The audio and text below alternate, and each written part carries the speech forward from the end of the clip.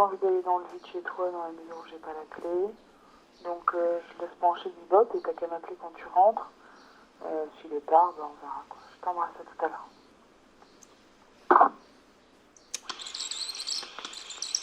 Demain, je t'embrasse.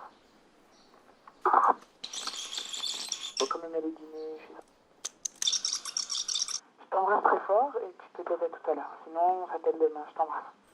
Bon, je te dis trop rien parce que sinon tu vas encore te téléphoner chez mes amis savoir si je ne suis pas. Je t'embrasse très fort et puis peut-être à tout à l'heure. Sinon, on s'appelle demain, je t'embrasse.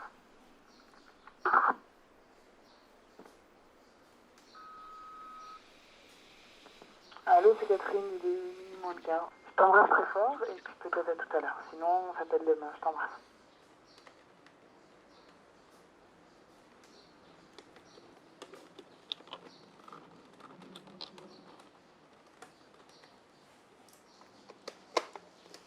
Ça m'a bouleversé d'entendre la voix d'une des femmes que vous avez entendues, donc bon. Maintenant, peut-être passer à autre chose de moins émotionnel. Voilà.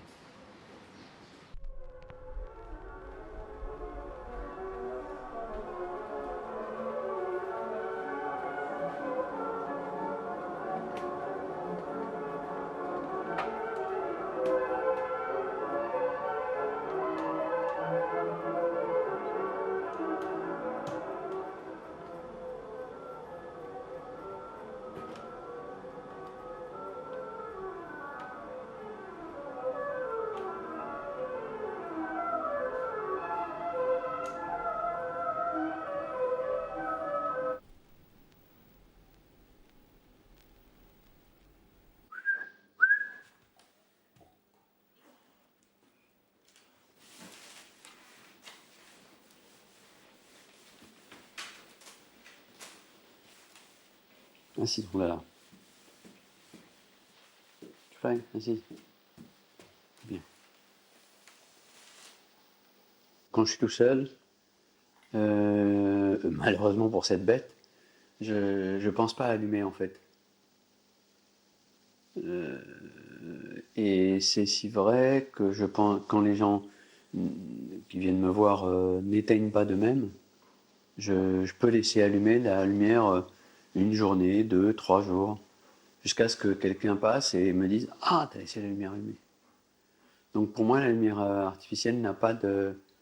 Même si je sais qu'elle existe et si je l'imagine, puisque je l'ai vue, c'est pas du tout comme la lumière du jour ou de la nuit, qui a une existence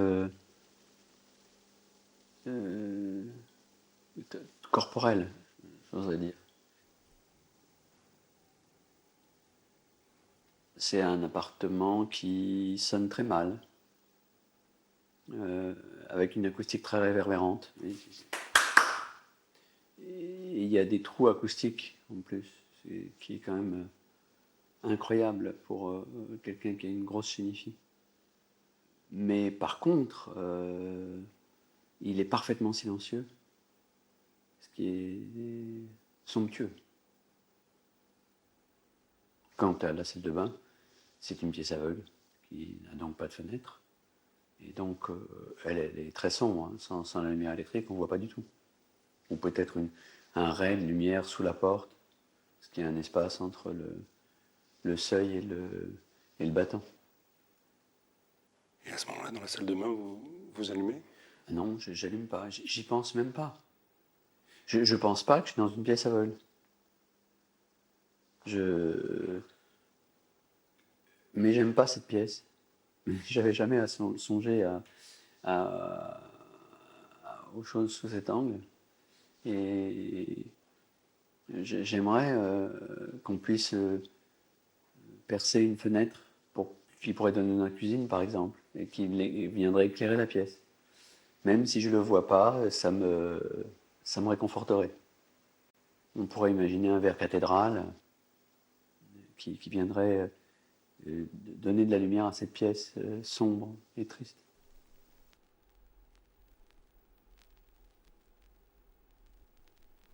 Le le rangement est pour moi quelque chose d'essentiel, en ce sens que ça m'évite de chercher un objet pendant longtemps.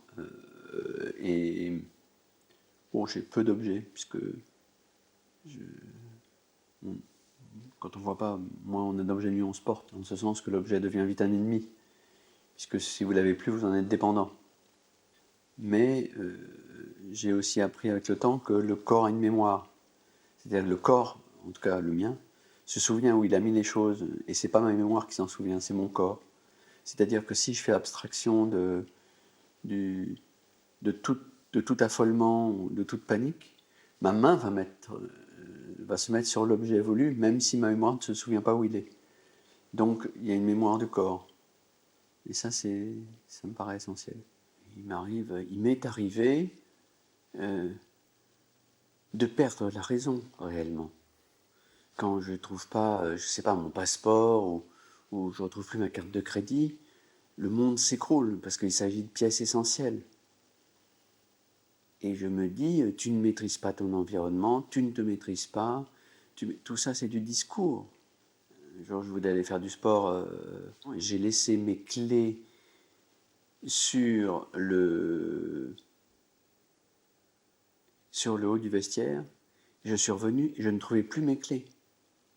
À l'époque, je vivais avec une femme, heureusement, elle a pu m'ouvrir, mais tout le week-end, j'étais angoissé. Quand je dis angoissé, le mot est faible pour décrire l'absolue perte de contrôle que j'avais de ma personne.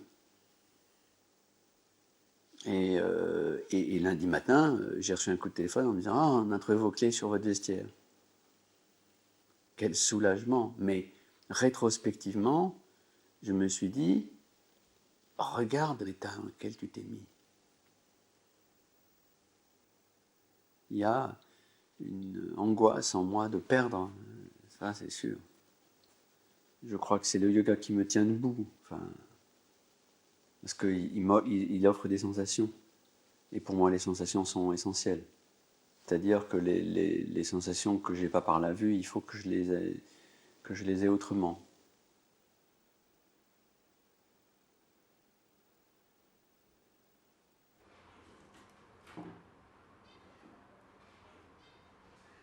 Ah, ouais, C'est beau ça. pas mal. Hein. Une méduse.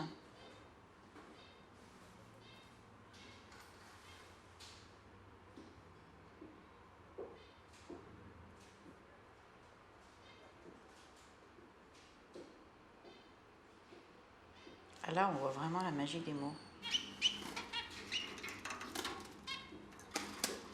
Est-ce que tu dirais que Big Fish, c'est un outil d'analyse de la langue? En fait, ça repose sur le traitement automatique du langage. C'est un outil de visualisation du texte dans l'espace, et qui travaille non seulement sur les mots eux-mêmes, mais aussi sur les relations entre les mots. Et sur des relations qui peuvent nous échapper quand on lit le texte de façon linéaire.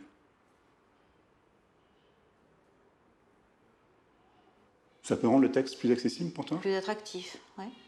Tu penses que ça pourrait être le cas pour Diderot, si on fait tourner, Ah oui. si on fait tourner Big Fish sur Diderot, sur la lettre, sur les aveugles, est-ce qu'on perdrait le sens? Pas du tout. Au contraire, je trouve que c'est plutôt un révélateur. Voilà, en collant les images de Big Fish extraites à partir du texte de Diderot aux paroles, Des aveugles contemporains. il va se passer quelque chose. Et c'est ça qu'on a envie de voir.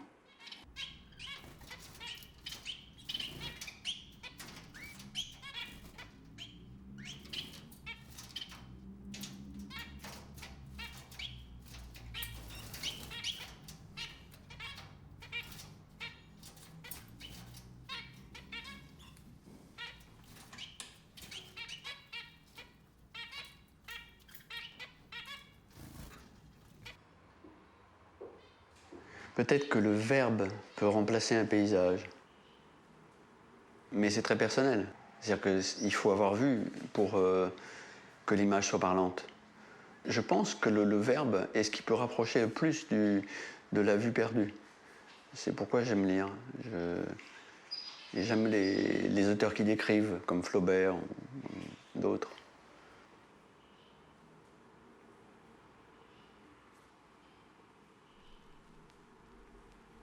Ma tante est peintre décoratrice, donc elle a pu exercer ses talents et faire une peinture qui n'est pas une peinture classique. Puisque dans l'entrée, on trouve une peinture qui certes n'est pas gaie non plus, mais qui est une peinture marbrée. Et dans les autres pièces, qui déclinent les mêmes couleurs, hein, puisqu'on part du vert pour aller vers le beige et ensuite vers le jaune dans la chambre. Donc, elle a voulu quelque chose de très, très apaisé, de très... Et je dois dire que je me souviens avec beaucoup d'émotion de ces instants, puisque elle a recommencé certaines pièces 2 ou 3 fois, parce que le résultat que ça donnait ne lui plaisait pas. Et ma mère l'a aidée en ce sens qu'elle a préparé les fonds et qu'elle a peint les interrupteurs un par un, et les prises de courant une par une, les cadres en tout cas, pour qu'ils soient assortis à la peinture de l'appartement lui-même. Et je trouve que c'est là une belle preuve d'amour dont je me souviens. Il m'a semblé que c'était important de leur laisser cette créativité et cette zone d'expression émotive. J'aurais pu faire tout blanc, c'est pas ce que j'ai souhaité. J'ai souhaité que ma tante puisse exprimer son savoir-faire et que ma mère puisse donner tout ce qu'elle a en elle. Et elles ont voulu toutes les deux que je sois heureux dans cet endroit et elles ont fait tout pour. Notamment dans la chambre, vous avez peut-être remarqué qu'il y avait des peintures faites au pochoir. Il y a ce tapis dans le couloir qui a été peint par ma tante pour donner de la chaleur à une partie bétonnée ou cimentée. C'est un appartement qui est haut de plafond et ma tante a voulu diviser la hauteur en mettant 2 couleurs. Ça a été très réfléchi et c'est un don d'elle-même que j'ai reçu avec beaucoup d'émotion. Il me paraît aller de soi que je perds un peu de la beauté de ce lieu du fait que je ne le vois pas. Mais la beauté se ressent autrement que par le regard. Elle se ressent par la paix qu'elle exhale. Et c'est cette paix que j'essaie de boire et par laquelle j'essaie de me laisser pénétrer. Le beau ne résulte pas seulement dans le spectacle qu'offre l'architecture. Il est aussi dans le comportement des gens qui fréquentent les alentours et qui sont emportés par le beau.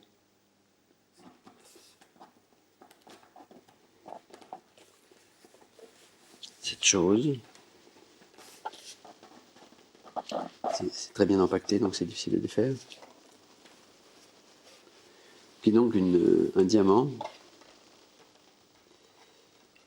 J'ai peur de l'abîmer, donc je vais doucement.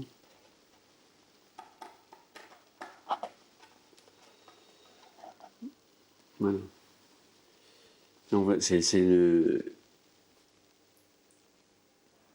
le diamant de ma platine 10 vinyle EMT 948 qui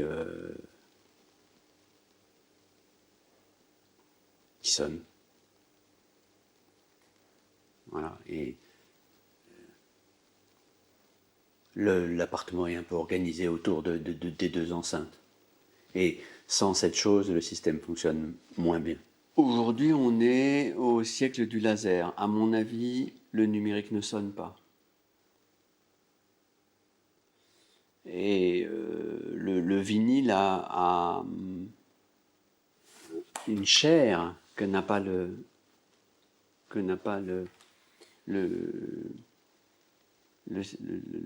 laser et le numérique en général. Et puis j'aime me dire que le son est transmis par un diamant. L'idée me plaît.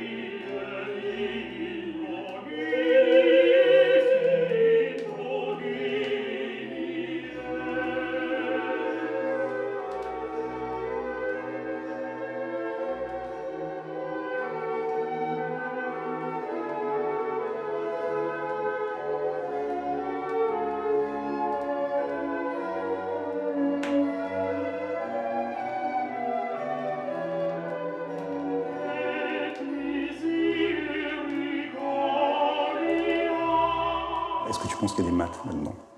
Ça se voit pas.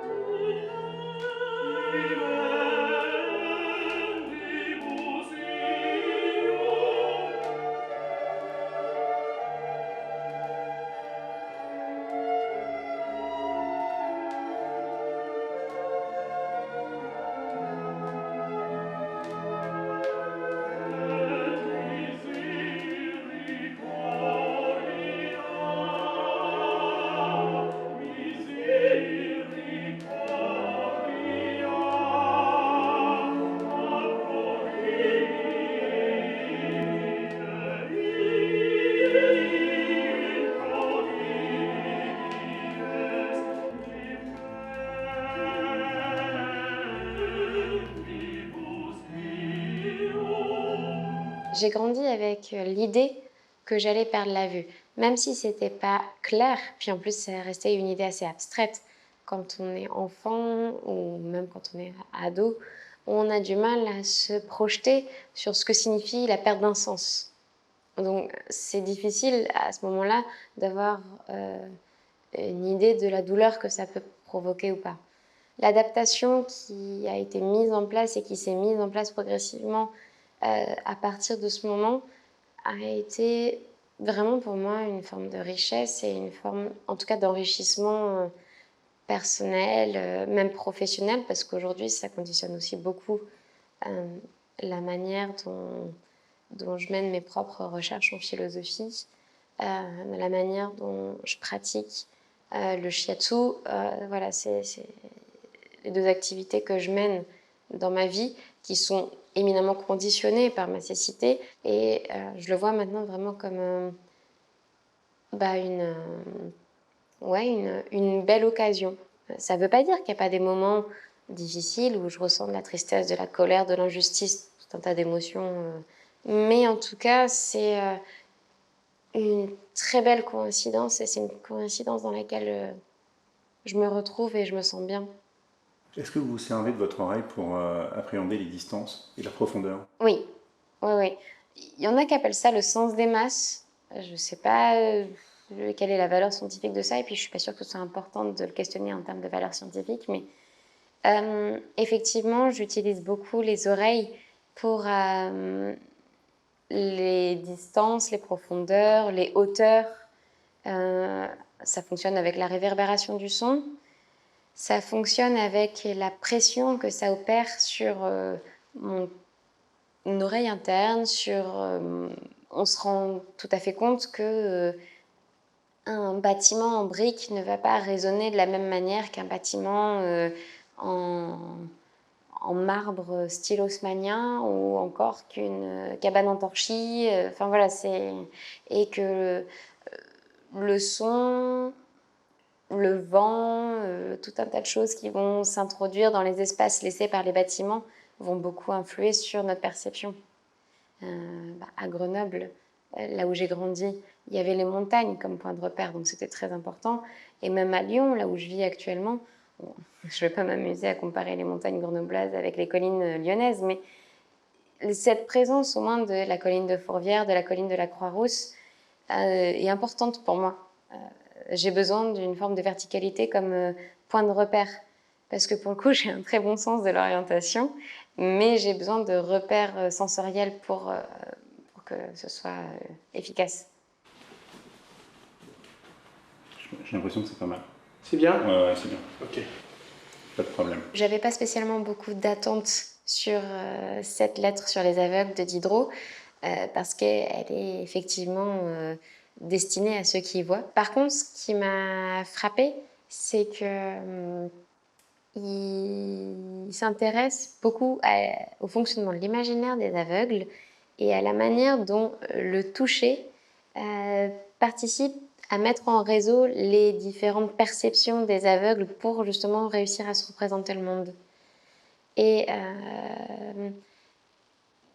d'ailleurs, le mathématicien Sanderson dont il parle, pour se représenter les figures géométriques, il utilise des fils qu'il va tisser entre eux.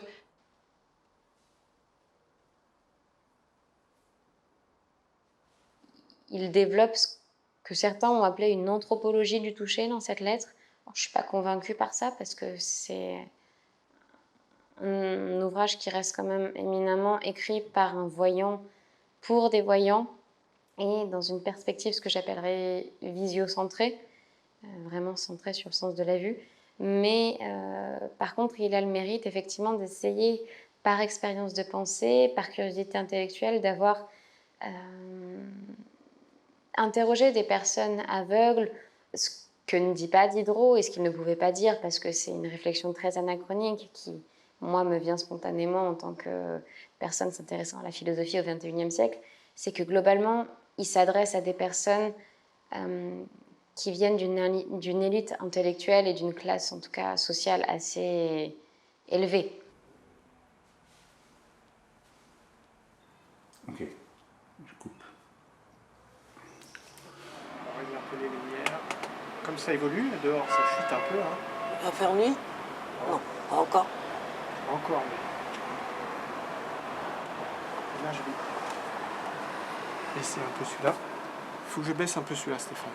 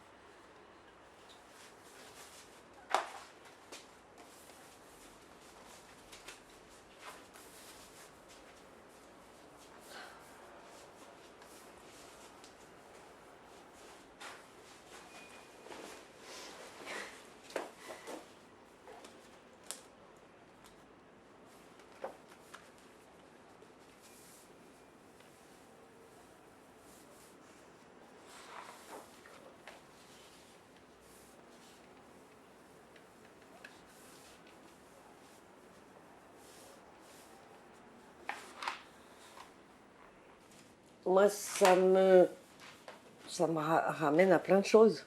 J'étais assistante sociale quand je travaillais. Et c'est des textes qui ont en fait permis l'ouverture de services médico-sociaux pour des enfants déficients visuels.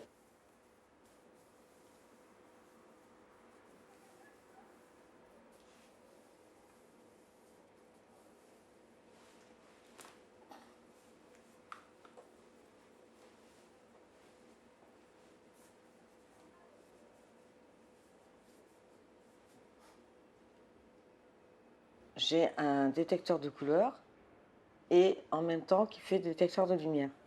Donc là, c'est très lumineux et en fonction de la lumière ou d'un endroit sombre, le son, oui, bah, ça marche pas parce que même avec ma main, ça fait la lumière. Voilà. Il baisse, il devient plus grave quand il n'y a plus de lumière. Et il devient très aigu quand il y a beaucoup de lumière. Voilà, là, il y a énormément de lumière. Et c'est aussi un détecteur. Il est gris. Il est plutôt bleu foncé. Et si je fais ça, ça par contre ça. Je peux essayer sur un de tes vêtements? À moi? Oui. Oui. Déjà au toucher, je sais que c'est celle-là. Mais je me souviens qu'on est toujours dans les couleurs un peu rouge, bordeaux, cerise, enfin je sais pas. Enfin, en tout cas, qu'il faut faire attention à mettre avec quelque chose de moins flash. Et mes cheveux, tiens. Marron foncé. Ah oui. Marron foncé. Rouge. Oh. Ça marche bien quand même. Hein. Là, je m'amuse et je fais n'importe quoi, mais ça me rend beaucoup de service pour essayer d'assortir mes vêtements.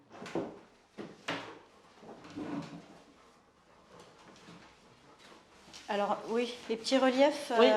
c'est de la peinture, de la colle. Oui, j'ai pensé. Oui. Voilà. Il y a des taches de toutes les couleurs sur la planche. Mhm. Voilà. Les murs sont roses et le plafond est vert. Vert très clair. Mhm. Je ne sais pas si tu... Et les couleurs, tu te souviens bien de toutes Oui, les couleurs? oui. Je les ai en tête, mais je ne les vois plus. Ma sœur avait 1 an quand je suis née. Et mes parents se sont aperçus qu'elle avait un souci parce qu'elle regardait elle s'accroupissait et elle regardait le soleil en face. À 2 ans, j'ai été avec ma sœur dans un internat qui se trouve à Paris parce que mes parents ne s'entendaient plus très bien et ils vivaient chez mes grands-parents et ils avaient du mal à s'occuper de nous. On était des enfants, comme je disais tout à l'heure, un petit peu difficiles, un petit peu fragiles. Donc, ils ont demandé un placement dans cette école. Je n'ai pas de souvenir de cette époque-là. On me l'a raconté petit à petit. J'ai fini par arriver à me débrouiller. Et après, les choses ont été très vite. À 4 ans, 4 ans pour moi et 5 ans pour ma sœur, on nous a mis à la lecture et à l'écriture. Donc on a appris le braille, parce qu'à cette époque-là, même les enfants qui voyaient un peu, on leur apprenait le braille. Les choses ont commencé un petit peu à se dégrader, parce que j'ai très mal pris le fait qu'on nous ait séparés. Les sœurs disaient que de toute façon, on était trop proches l'une de l'autre, qu'on s'entraînait à faire des bêtises, ce qui était vrai. Avec plaisir d'ailleurs. On me donnait du sirop calmant, qui me rendait juste un petit peu plus tranquille. Quand j'ai su ce qu'il en était beaucoup plus tard, j'ai eu l'impression de respirer un peu mieux. J'ai l'impression de me sentir un petit peu plus sereine, moins nerveuse, plus calme. Et plus prête aussi à être dans la vie en tant que personne devenant aveugle. Et sachant que c'était irrémédiable. Donc voilà, on fait avec après. Comment tu choisis un vêtement dans un magasin en fonction de sa couleur, en fonction de sa matière? Sa couleur, sa matière, sa forme. J'aime bien mettre, je peux le faire, des vêtements près du corps. En fait. Je me sens bien dedans. Des petites robes blanches, bien moulantes, je me sens bien dedans. Ça épouse les formes et il paraît que c'est très joli. Donc il y a des couleurs qui te vont mieux que d'autres et il y a des jours où tu as envie de porter une Oui. couleur plutôt qu'une autre? Oui, ouais. Là, l'été, je mets volontiers du blanc, du rouge, du orange, du rose. Et tu demandes beaucoup de détails à la vendeuse? Non, je leur fais pas confiance. D'accord. Alors comment tu fais? Quand je peux, je vais avec des amis. Sinon, il y a une association qui recrute, on peut dire le mot, c'est pas du travail, hein, c'est bénévole, qui recrute des personnes qui aiment bien aller acheter des fringues, qui ont l'habitude de le faire et qui nous accompagnent dans les magasins. Je voudrais te demander comment tu m'imagines. Je sais que tu as des grands cheveux bouclés. Et je t'ai demandé d'ailleurs quelle couleur ils étaient, donc je sais qu'ils sont châtain clair. Tu as les mains fines, tu as les bras fins, tu as une taille, t'es svelte. Mais le visage, j'arrive pas à l'imaginer. Parce que, voilà, moi, tout ce que je te dis, c'est par rapport d'abord au toucher, parce que j'ai touché tes cheveux, par rapport à ta position à côté de moi, qui permet de voir, de sentir le corps, le bruit des pieds, l'ensemble, ça te donne l'ensemble. Dans ma tête. Ouais. Par contre, effectivement, il y a des choses, est-ce que tu as beaucoup de poitrine, est-ce que tu n'en as pas beaucoup, la couleur de tes yeux, le visage, le nez, je ne sais pas. Donc ça donne une idée qui est un peu tronquée. Tu vois, tronquée, parce que où il manque Tronquée ou tronqué. imprécise? Oui, où il manque, je dirais presque l'essentiel, le visage. C'est toujours ce qui me manque le plus, moi, des gens, de ne pas savoir. Et si tu touches mon visage, tu peux me décrire? Oui. Tu veux toucher mon visage? Oui. Vas-y. Voilà.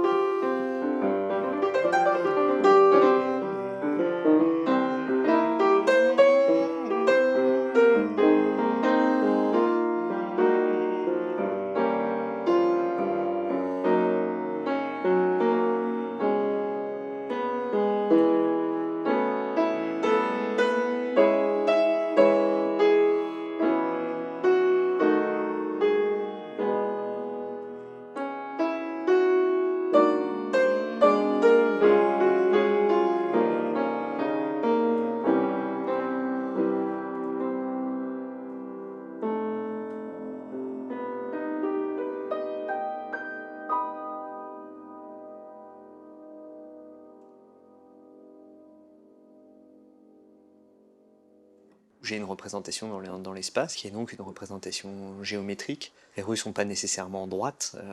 La ville idéale pour les aveugles, c'est New York. C'est une ville qui est découpée en carrés où effectivement on compte les blocs et on est rendu. Quand on est dans une ville aussi biscornue qu'Amiens, les points de repère sont un peu plus compliqués. Je m'aperçois que je m'approprie les villes, en tout cas ça s'est passé comme ça pour Paris, principalement avec l'habitude et à force de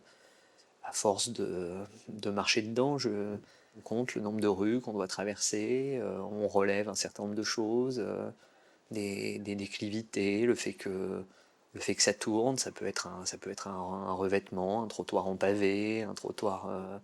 Au fond, on a besoin de se faire expliquer une sculpture. Il y a notamment des postures chez Rodin qui sont des postures anatomiquement impossibles, dans lesquelles Rodin force l'anatomie, et en les touchant comme ça spontanément, je m'en serais pas aperçu. J'ai eu besoin qu'on me le dise pour m'en apercevoir.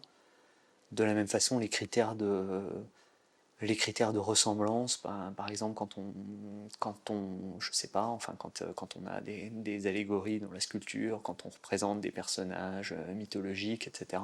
J'aime qu'on me parle de cinéma, enfin, j'aime que les gens dont j'aime le regard me parlent de cinéma, pour être plus précis. Ou alors, j'aime le cinéma qui est précisément le cinéma très bavard. Voilà, je peux regarder des films de Romer par exemple, mais c'est parce que les films de Romer ont des dialogues tellement écrits, enfin tellement surécrits même, on pourrait dire, que voilà, j'ai l'impression qu'on n'en rate pas grand chose quand on n'a pas l'image. Ces verbes visuels, ils ont une valeur conventionnelle qui existe. Enfin, quand vous dites je sais pas, pour vous prendre l'exemple le plus trivial qui soit, quand vous dites à quelqu'un on se voit demain, ça veut dire on se rencontre demain, littéralement. Enfin, le fait de se voir, c'est très anecdotique. Je vais pas arrêter de dire au revoir, par exemple, sous prétexte que je suis aveugle, alors que quand on dit au revoir, ce qui arrive quand même extrêmement souvent, théoriquement ça renvoie à la vue, mais c'est un usage conventionnel. Donc, dans une certaine mesure, oui, pour moi, un des enjeux littéraires de mon écriture, ça consiste à essayer de se demander ce que la langue doit à ses conventions visuelles. Je m'aperçois qu'on n'est pas du tout obligé de savoir de quoi on parle quand on en parle. Enfin, je sais pas, j'ai entendu des gens extrêmement récemment qui travaillaient dans le cinéma, et pour savoir s'ils voyaient une ombre dans le champ au moment où ils faisaient un réglage, ils disaient: est-ce que tu sens l'ombre? Non, on ne sent pas l'ombre, on la voit. Bon, bah c'est. Et puis ensuite, les images existent aussi dans ma vie. Enfin, ça, c'est quelque chose dont les gens ont souvent du mal à s'apercevoir. Mais c'est pas vrai qu'un aveugle vit sans images. J'aime bien dire que si les aveugles vivaient sans images, ils auraient le droit de sortir nus dans la rue. C'est un monde que je connaissais assez mal jusque-là, parce que j'ai l'impression que en fait, au départ, j'étais pas plus intéressé que ça par l'audiodescription. D'abord parce que je pense que c'est une erreur que de s'imaginer qu'il suffit de décrire les gestes et le décor d'un film pour faire percevoir aux aveugles ce qui leur manque. J'ai l'impression qu'un film, c'est beaucoup plus compliqué que ça, qu'il y a des histoires de grains d'image, qu'ensuite il y a des problèmes qui tiennent tout simplement à ce que sont les pouvoirs respectifs de la langue et d'une caméra. C'est des choses dont a très bien parlé Marguerite Duras, et pour cause, puisqu'elle a donné dans les deux domaines quand elle expliquait que quand vous rentrez dans une pièce avec une caméra, il suffit d'une demi-seconde et vous englobez l'ensemble du décor pour faire apparaître le décor avec un stylo. Il faut le décrire, il faut pointer les objets les uns à la suite des autres, et il faut les nommer pour qu'ils apparaissent dans le décor. Et donc j'ai l'impression que le procédé narratif qui consiste à raconter une histoire avec une image, et les procédés narratifs qui consistent à la raconter exclusivement avec des mots, ne sont pas du tout les mêmes, et que donc c'est à mon avis une fausse bonne idée que de supposer qu'il y aurait une transposition possible, et que donc quand bien même on nous raconterait ce qui se passe pendant les moments de silence, pendant les scènes qui pourraient être des scènes de latence pour les aveugles, j'ai l'impression qu'on n'accéderait pas à ce qui fait la singularité d'un film.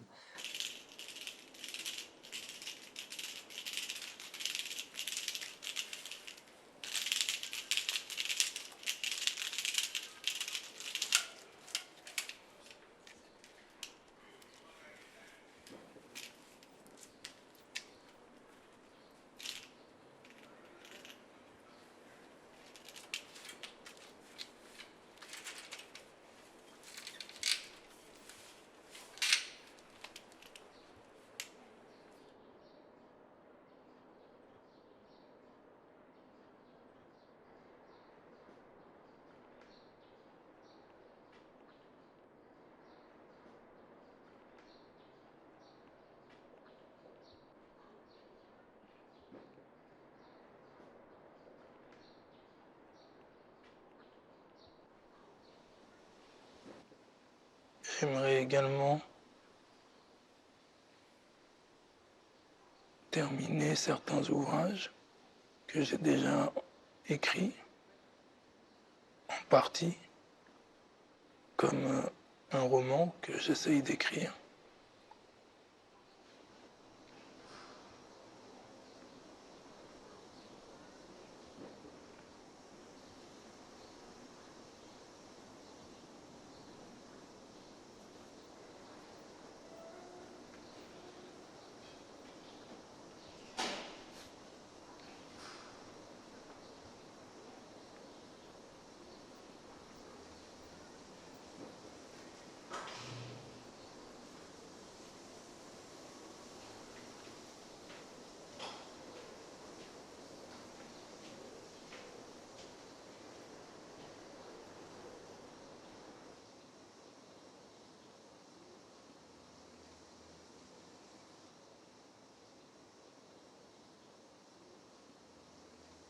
En général, je lis à peu près à cette vitesse-là.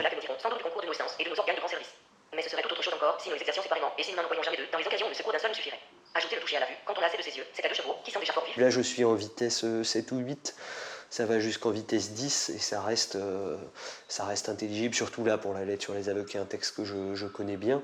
Je le comprends très bien, y compris s'il est en vitesse 10, donc c'est-à-dire quand on est à 3000 signes par minute. Vitesse 10. Comme je n'ai jamais douté que l'état de nos organes et de nos sens ait beaucoup d'influence sur notre métaphysique et sur notre morale, et que nos idées plus purement intellectuelles, si je puis parler ainsi, ne tiennent de fort près à la conformation de notre corps, je me mets à questionner notre aveugle sur les questions de vertu. Ligne. Phrase. Je m'aperçus d'abord qu'il avait une aversion prodigieuse pour le vol, un essai en ligne de cause, de la facilité qu'on avait de le voler sans plus. Je m'aperçus qu'il avait une aversion prodigieuse pour le vol.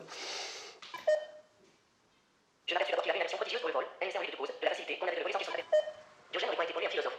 Comme de toutes les démonstrations extérieures qui révèlent la commisération et les idées de la douleur, les aveugles ne sont affectés que par la plainte, je les soupçonne, en général, d'inhumanité. 63. Quelle différence y a-t-il pour un aveugle? Voilà, les aveugles, je les soupçonne en général d'inhumanité. Signé 3, 61. C'est pas loin d'être l'une des voix que j'écoute le plus dans ma vie. Il y a, y compris dans la lettre de Diderot, des aveugles qui faisaient des prodiges intellectuels. Ce prof de géométrie d'Oxford, là, qui était parfaitement remarquable, vivait au XVIIIe et ça ne l'empêchait pas de faire partie des grands intellectuels de son temps. Donc voilà, moi je suis le fils de mon époque et j'ai l'impression que oui, il y a un accès au texte qui est très nettement simplifié par l'informatique.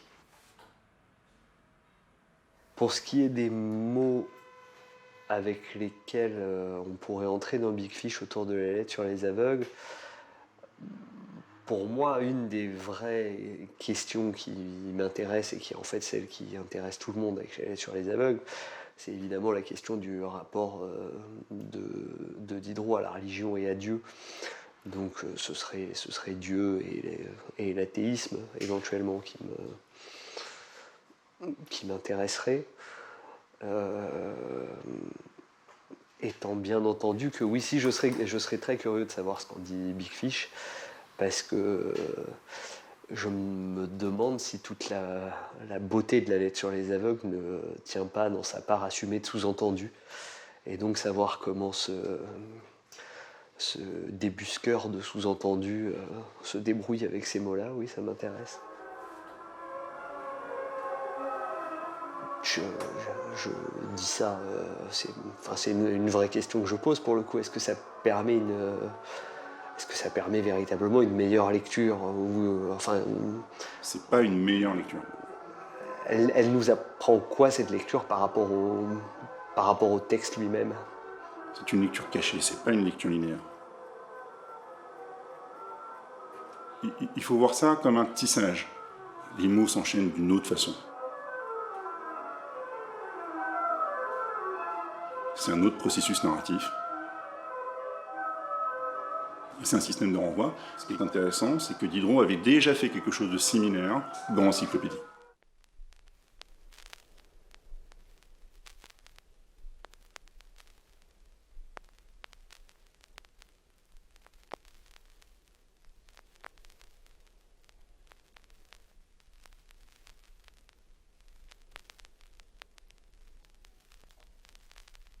Je voyais un ophtalmo-israélite qui s'appelle Dr Robin, hein, qui est à Boulogne, j'ai vu pendant des années.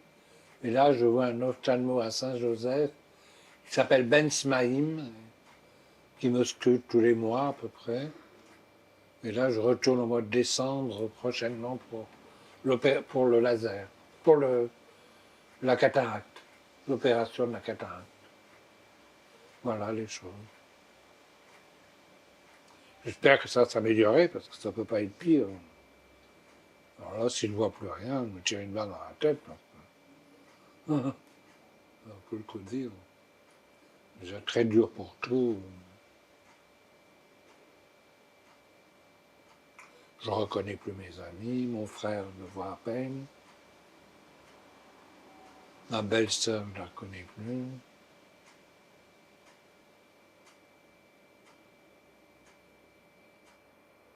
Et vous faites toujours de la peinture et de la sculpture? Ah non, j'en fais plus, je fais de la mosaïque un peu maintenant. Je colle des petits morceaux de mosaïque. Mais je vois rien, je vois rien. Je le fais avec les doigts. Vous avez vu dans l'étoile de mer, l'étoile de mer. Je l'ai faite dernièrement. J'ai collé les morceaux. Donc on vous suggère des couleurs? Voilà, on me suggère des couleurs, parce que je ne les vois pas les couleurs. Et à une époque, j'allais aussi à la piscine, quand je voyais tout petit peu mieux. J'allais nager à Boulogne à la piscine, mais maintenant j'y vais plus. Maintenant, je fais presque plus rien, presque plus d'activité. Mais la nuit, je fais des cauchemars souvent, et je fais des rêves où tout est très net, je vois des visages, des gens, des situations bizarres. Et je fais beaucoup de cauchemars, presque tous les soirs, je fais un cauchemar. C'est depuis la disparition de ma mère, j'ai toujours des rêves complètement farfelus. Et votre visage, dans vos cauchemars, vous le voyez? Pas mon visage, mais le visage des gens, des autres. Je vois les visages, je vois des formes très nettes. Très curieux.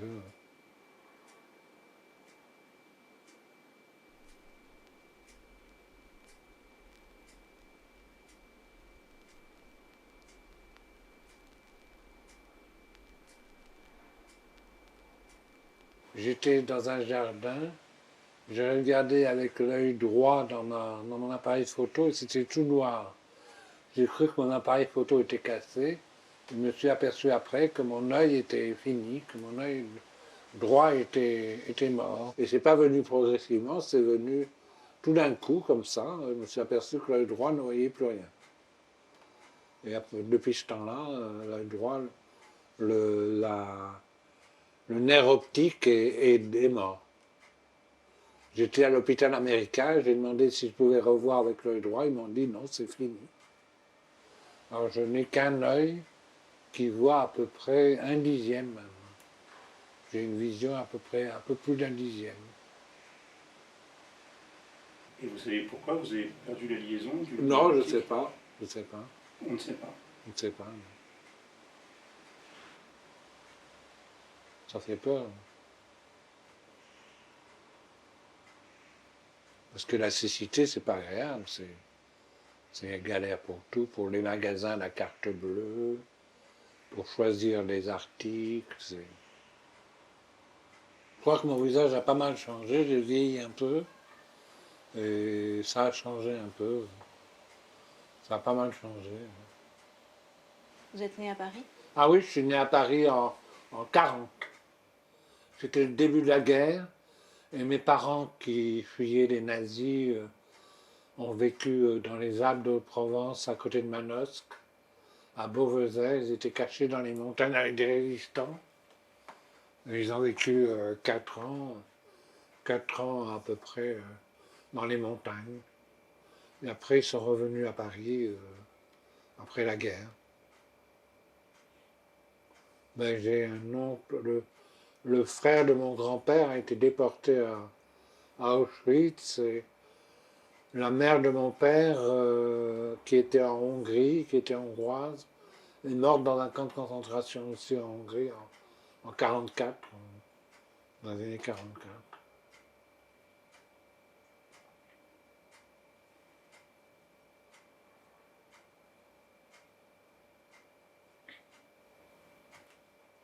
Mon grand-père avait des salles de cinéma avant la guerre et quand les nazis sont venus, ils ont tout confisqué, ils ont tout spolié.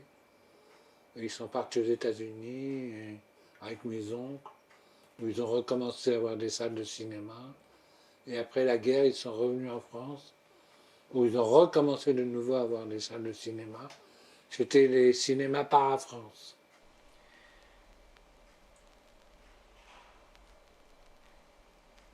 Je sais peut-être une trentaine de tableaux, moi. Et la sculpture aussi. Des cendriers, des têtes.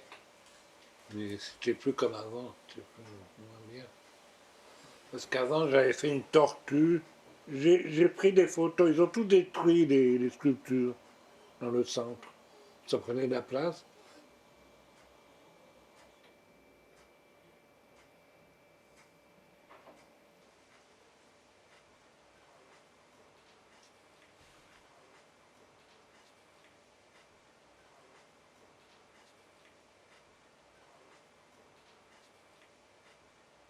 Comme c'est très petit ici, et je crois que ça m'embarrasserait plus qu'autre chose d'avoir un labrador ou un chien guide.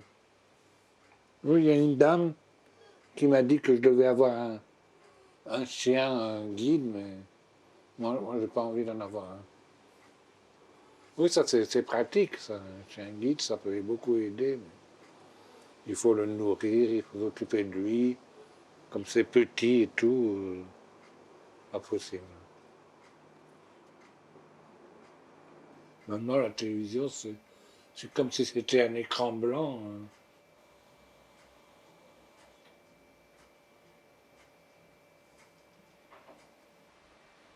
Et je passe le temps le matin quand je me réveille, je fais des réussites aux cartes. Des réussites. Souvent, je fais des réussites qui réussissent assez souvent. Ça marche assez bien. Ça passe le temps. Il y a 2 très grandes horloges sur votre table. Oui, il y a 2 grandes horloges. Pourquoi? Ben, parce qu'il y en a une qui marchait pas bien. Et j'ai acheté une deuxième horloge, comme ça. Parce que je voulais 2 horloges. Oui, c'est bizarre. Hein. Mais elle marche assez bien. Elle fonctionne assez bien. Vous n'étiez pas déprimé avant? Moi, beaucoup moins. Oh non, je n'étais pas déprimé comme ça. Je crois que c'est bientôt la fin de mon existence. Je connais tellement de gens qui ont disparu dans mon entourage. Une hécatombe. Les jeunes aussi, pas très âgés. Les gens qui ont disparu. On m'a dit qu'il y a des lunettes bioniques, mais ça c'est pour la rétine et ça ne concerne pas le glaucome. Je ne sais pas si on a fait des progrès pour soigner le glaucome, mais c'est très lent pour améliorer la situation du glaucome. On n'améliore pas beaucoup, c'est très très lent. J'ai la possibilité de toucher, de sentir les objets un peu mieux qu'avant, parce que ça compense la perte de la vue. Pour retrouver les objets, ben, je te disais à tâtons, ça m'aide un peu. Et pour lui, il n'y a pas beaucoup de changements. Pour lui, il n'y a pas vraiment beaucoup de changements. Ni pour le goût, ni pour l'odorat.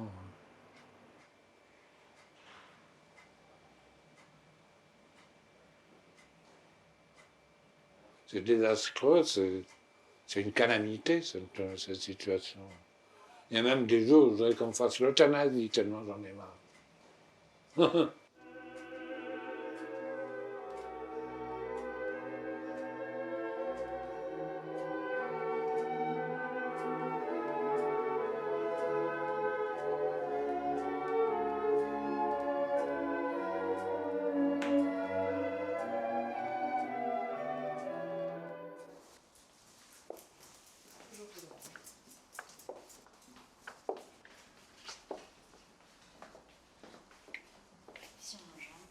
C'est juste là. Voilà. Ici, c'est l'atelier.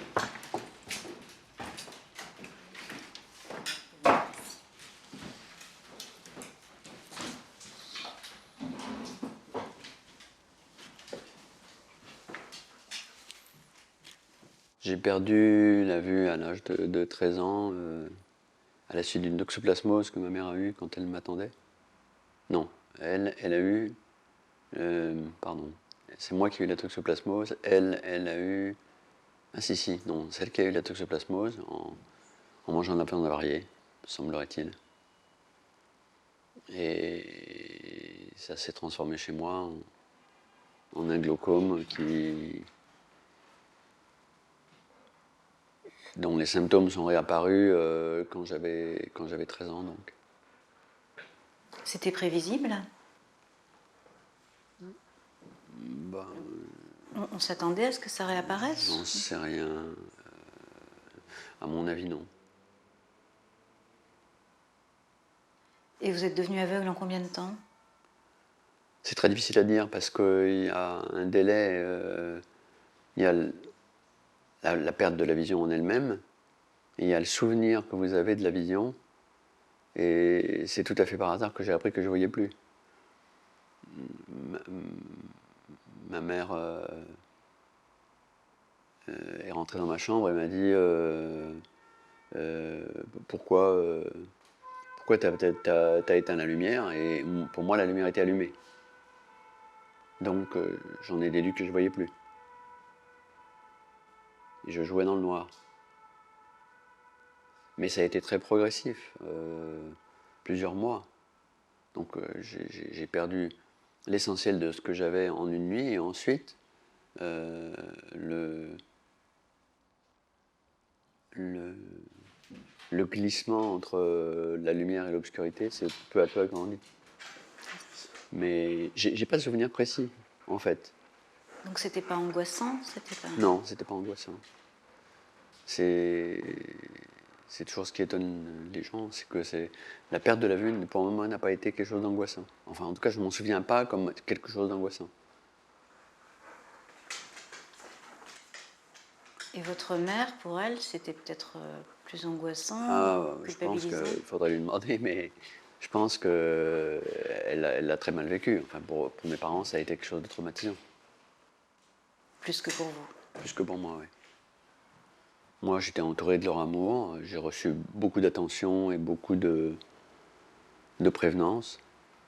Je suis dans un monde qui est le mien, qui est le monde de quelqu'un qui ne perçoit pas les images, mais qui imagine beaucoup. Et qui se souvient? Vous vous souvenez des couleurs? Oui, absolument. Alors ça, j'ai l'impression, mais c'est une impression que je ne pourrais jamais vérifier. Peu importe, oui. Que je me souviens bien des couleurs. Et même des nuances, me semble-t-il. Je n'ai aucune perception lumineuse, donc il n'y a pas de différence de teinte, plus ou moins claire, plus ou moins foncée. Je ne vois pas du tout. Donc, et même des lampes de chirurgien en pleine face, je ne les vois pas. Donc vraiment, non, j'ai aucune perception lumineuse.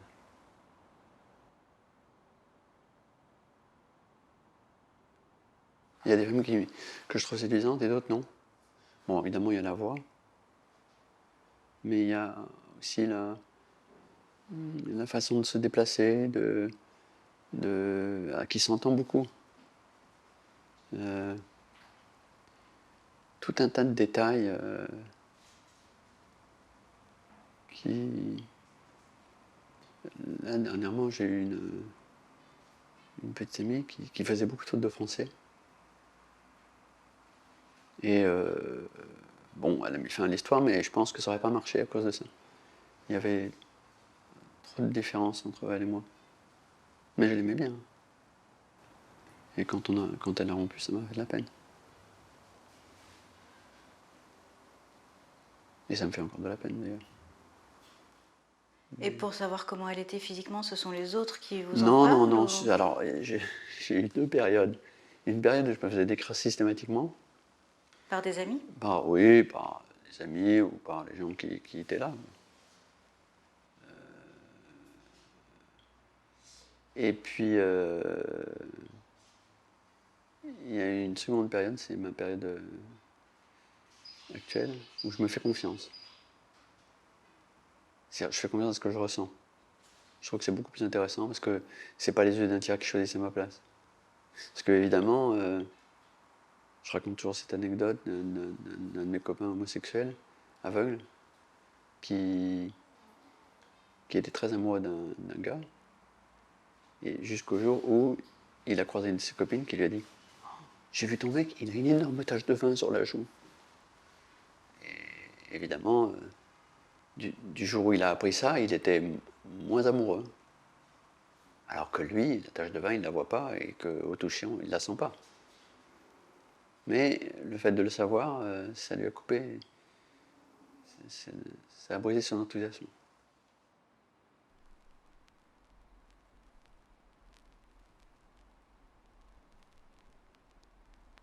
Et en touchant un visage, vous sentez s'il vous plaît, si vous le trouvez beau? Ouais, je sens s'il me plaît. Si je le trouve beau, c'est autre chose. Mon ex-compagne, je la trouvais très jolie, vraiment. Et en fait, ouais, très jolie. Et personne ne me l'avait décrite. Donc, je l'ai prise dans mes bras, j'ai caressé son visage. Et je lui ai dit, mais t'es jolie. Et ça l'a fait rire parce que elle le sait, elle a l'habitude de l'hommage des hommes. Elle dit, oui, évidemment, tu ne peux pas le savoir. Et comme je l'ai rencontré dans un cadre où j'ai rien demandé à personne, je ne savais vraiment pas ce que j'allais découvrir. Et c'est une partie du plaisir quand même.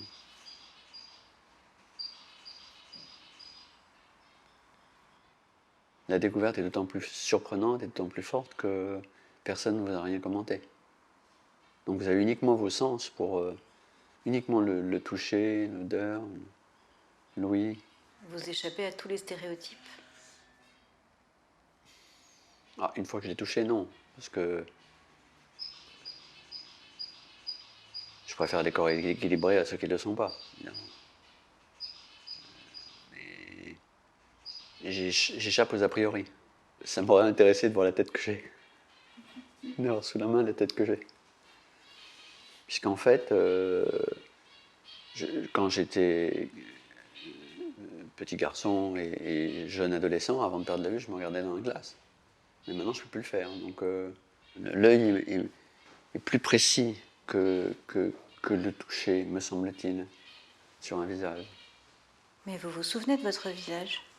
Je me souviens du visage que j'avais à l'âge de 13 ans. Il a changé depuis. Hein, les gens dans le métro commencent à me céder leur place. J'imagine que c'est modifié.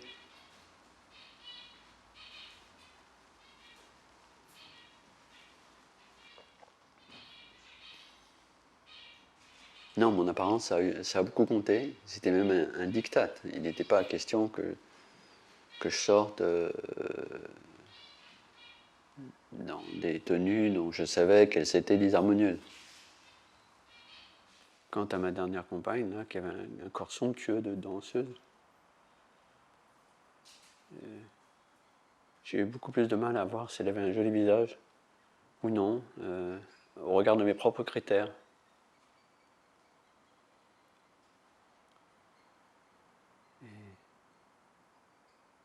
Et c'est un peu triste quand même.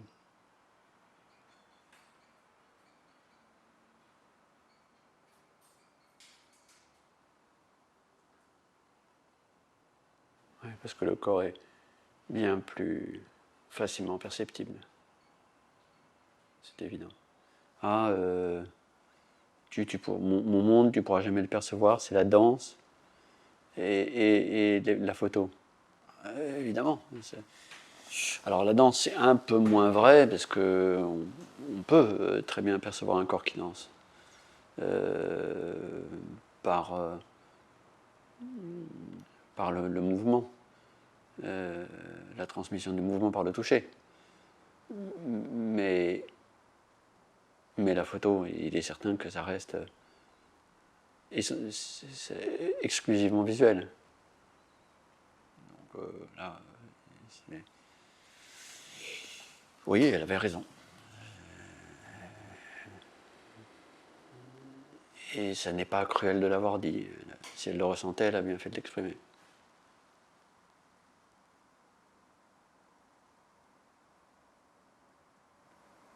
Et comme c'était la partie la plus sensible de son être, je pense que c'est une des raisons pour laquelle elle a mis fin à notre relation. J'ai eu une amie qui était peintre et et donc elle passait son temps à me décrire des tableaux. Et ce qui m'intéressait, c'était pas la description qu'elle m'en faisait, mais la sensibilité qu'elle manifestait lors de ces descriptions. Puisque c'était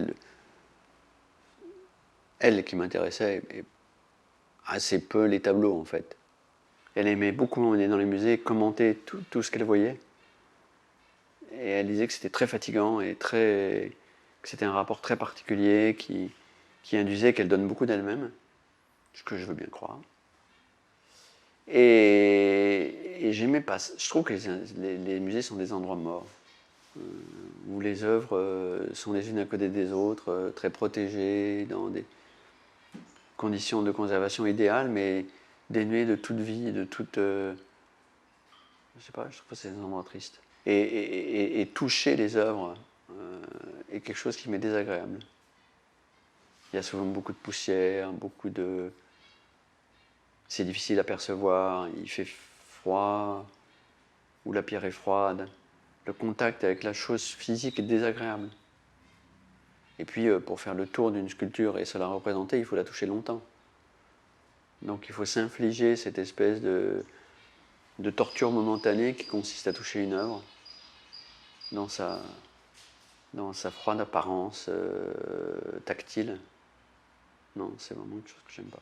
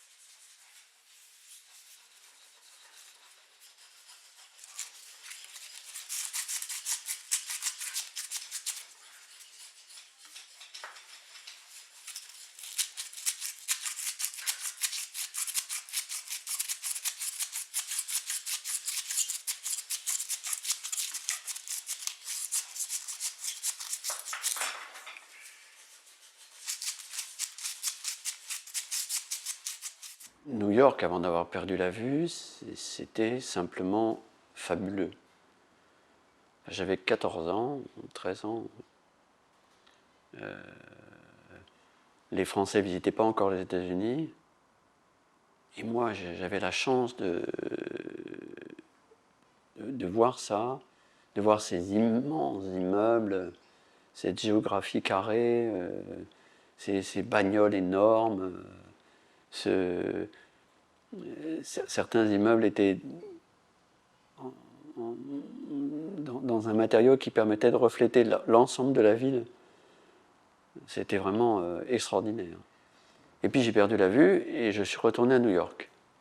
Et là, il m'a semblé simplement que c'était une ville enfumée, grouillante, puante, folle,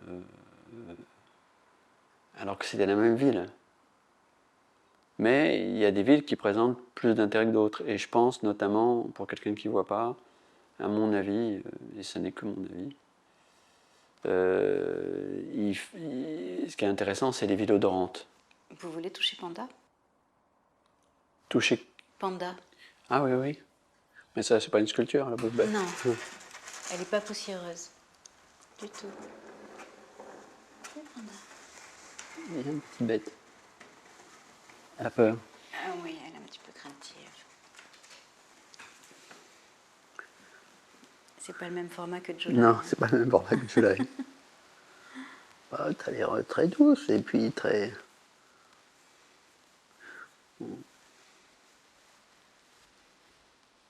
Non, tu te laisses facilement apprivoiser. Hein.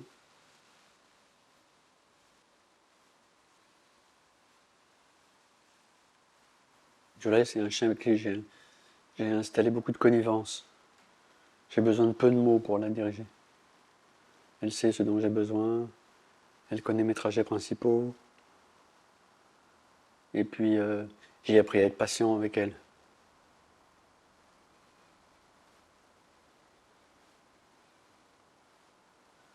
Sachant que si je la brusque, c'est moi qui, in fine, en subis les dommages. Donc.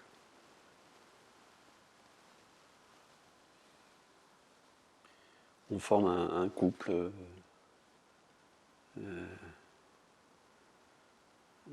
au sens où c'est chacun qui a ses compétences et qui les distribue. J'ai pas trouvé de solution pour apaiser cette déchirure qui, à chaque séparation que j'ai eue avec mes chiens, est redoutable et redoutée par moi. Elle a 8 ans, donc dans 2 ans au plus, 3 ans, ce sera un vieux chien et elle devra être remplacée inévitablement. Et je ne me vois pas vivre avec 2 chiens.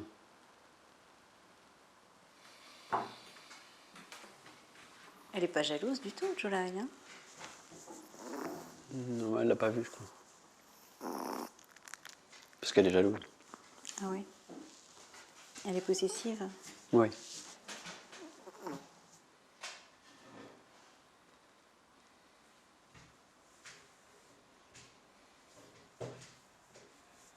Comment elle s'appelle? Panda. Panda, comme un panda. Elle est noire et blanche.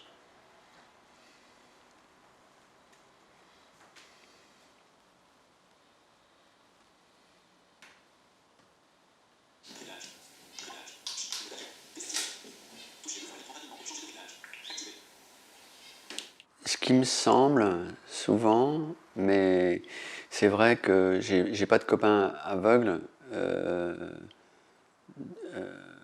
hétéros. Donc j'ai qu'un copain aveugle homo et il me raconte pas grand chose. Mais quand mes copains voyants hétéros me racontent leur impression érotique, je trouve souvent le discours assez brutal, assez grossier, assez au sens mal dégrossi,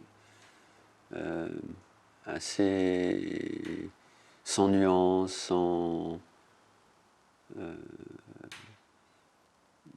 et ça me fait de la peine pour eux. Je trouve que je me dis si c'est vraiment ce qu'ils racontent qu'ils ressentent, ils ne doivent pas ressentir grand-chose. Ça doit être assez pauvre comme sensation. Mais il y a aussi un jeu de raconter les choses d'une certaine manière pour pas apparaître sensible quand on est un homme. Donc il y a peut-être une pellicule comme ça qu'il faut retirer du récit. Mais quand même, le récit m'apparaît souvent frustre. On ne peut pas dire que les voyants loupent une partie du monde.